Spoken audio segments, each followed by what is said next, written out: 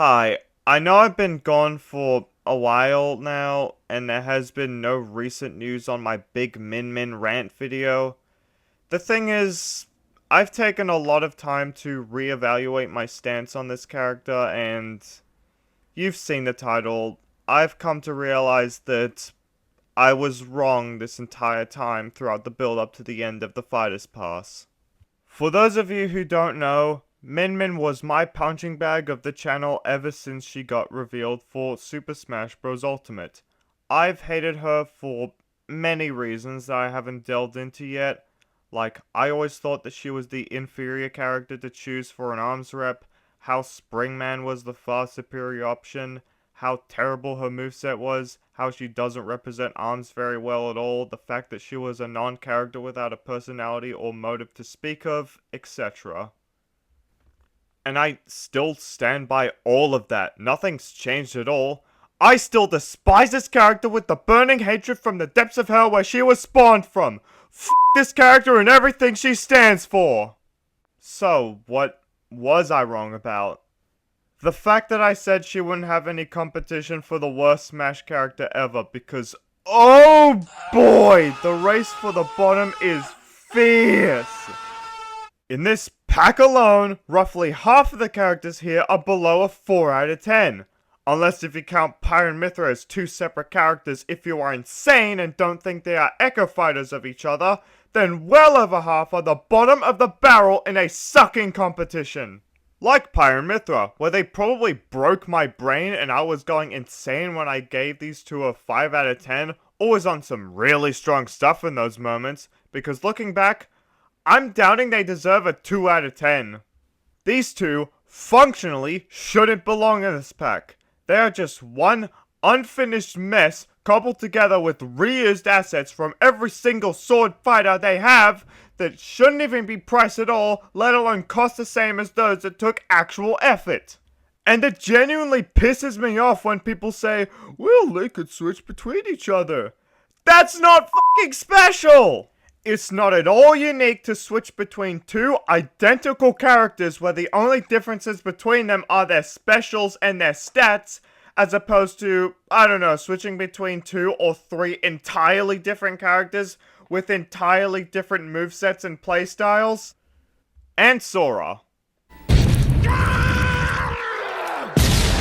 The only relatively okayish thing I can say about him is his terrible moveset is almost justified, as they likely would have spent the entire budget just trying to get him from the death grip that Disney holds on all their properties. That's way more than what I can say for Pyre and Mythra, where I'm convinced there wasn't a budget at all. Hell, I'm pretty sure they gained money from developing these two with how no effort they are. Also, Sora is pretty well animated for the most part when they're not just ripping moves directly from every other existing sword character ever, because making up new attacks for a generic spiky-haired anime sword guy is too hard! Other than that, this was by far the biggest disappointment for me in my entire life. Disney should have had more resilience when it came to giving out the license for this character, so that he wouldn't have bypassed all laws of reality and somehow do the impossible by making it to Smash. The only thing that has even come close to being this much of a disappointment to this is Tekken 8, aka an actual scam. It's no surprise that I do not like this Fighters pack, as the rest of the characters in it are the only character I still actually love, a character I despise now purely through outside influence that technically isn't related to their inclusion in Smash, and another one where I like little by little but still can never give them above a 6. So yeah, I shouldn't have given everyone else the benefit of the doubt by suggesting that they couldn't be as bad as Min Min. There's no way they could be as offensively bad as Min Min! I was so sorely mistaken.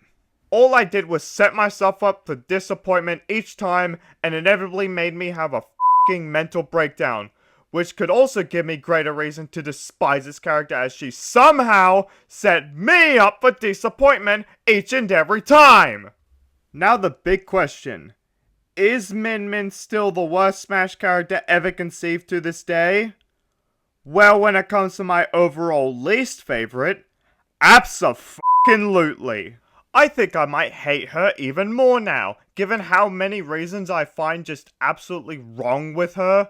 Like how she Thanos snapped the undeniably true spirit rule, which led to several ignorant people being super smug and annoying about how right they were, despite this never being the plan in the first place, as said in the overview trailer, and how it frankly just ruins the already disappointing World of Light. And also the fact that she set me up for disappointment several times. But as for the overall objective worst, that question has become a bit harder as time went on. Which just goes to show how I've overestimated everyone else as they somehow hit the bar that was set so impossibly low that it went past the center of the earth. Like when Tekken 8 story mode was somehow worse than the impossibly low bar set by Tekken 7 story mode. That's right, I said it. Tekken 7's infamously god-awful story mode is somehow better than Tekken 8. It shouldn't be a hot take to say Tekken 8's story isn't one of the best fighting game story modes since Mortal Kombat 9. Tekken 8 and its story is unbridled trash. Now at this point, I have no idea when I'm actually going to make my Min Min rant video. I've just been caught up with so much stuff and assessments, etc. I've been sitting on my finished script for ages now, and even rewritten the whole thing at one point, and then made a few minor tweaks since then. It's not quite cancelled, I'm never giving up on this in my life. I'm basically in that one Rick and Morty episode with the fortune cookies, and I'm basically immortal until this video gets done.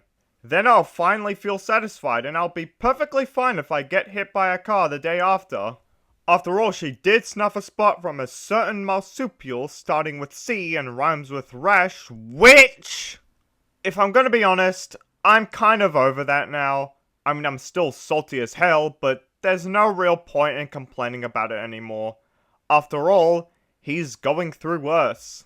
Now I'm just putting that energy into harassing Arc System Works to put Jam Kura Doberi into Guilty Gear Strive already!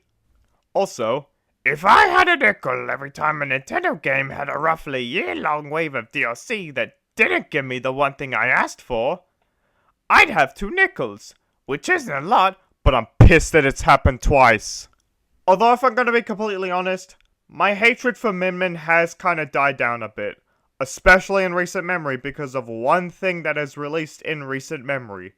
One thing that I absolutely despise, it's become one of my least favorite games that I've ever played, and possibly my least favorite fighting game of all time. You probably already know what it is given how many times I mentioned it in this video about Min Min, but the game I'm referring to is Tekken 8.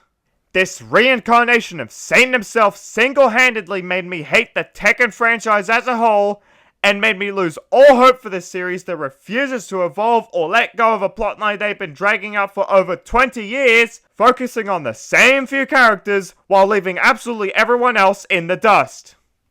I'm probably going to do an angry rant on Tekken 8 sooner than Min Min, because I'm at this point in my life where this piece of is a thing living in my head rent-free right now, as opposed to the other piece of that already spent years living in my head rent-free and still hasn't gotten what's coming to her.